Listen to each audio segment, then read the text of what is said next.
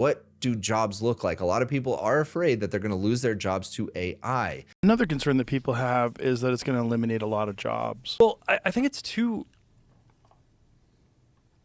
early to know exactly how it plays out, but my guess is that it'll probably create more creative jobs than it.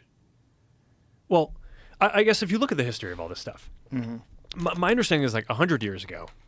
I don't know if this was 100 or 150 years ago, but it was like at some point not too far along in the grand scheme of things, like the vast majority of people in society were farmers, right? Because they kind of needed to be in order to create enough food for everyone to survive. And now it's like 2% of society are farmers, and we get all the food that we need. So what did that free up everyone else to do? Well, some of them went on to do other things that are sort of like creative pursuits or cultural pursuits or other jobs. I think generally people just don't work as many hours today as they did back when everyone needed to farm in order to have enough food for everyone to survive. More people will dedicate themselves to kind of creative and artistic and cultural pursuits.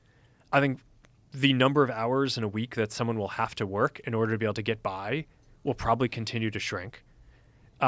Yet I think people who are super engaged in what they do are going to be able to work really hard and accomplish way more than they ever could before because they have like this unimaginable leverage from having a lot more technology. All right, so Zuckerberg obviously has a very optimistic view of the future. I do as well.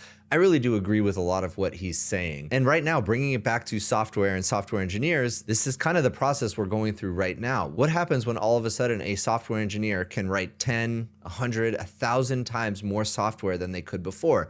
Does that mean that they have less work, or does that mean that they produce much more? I actually think it's the latter. And this shows itself with technology trends as well. Typically, as a technology gets cheaper, faster, more efficient, you might logically think that a company that is buying that technology would need to buy less. But here's the thing, it's actually the opposite. As technology becomes cheaper, companies and people tend to buy a lot more of it. That's because as the unit economics of a piece of technology decrease, the number of use cases that it can be applied to in a positive ROI way actually increases. And so it's a really cool phenomenon that happens, and I do agree with that. But it's not all going to be rosy, and it's not going to be a very clean transition to this future. There are going to be people getting laid off. There is going to be this really high friction period in which we're trying to figure out what it looks like.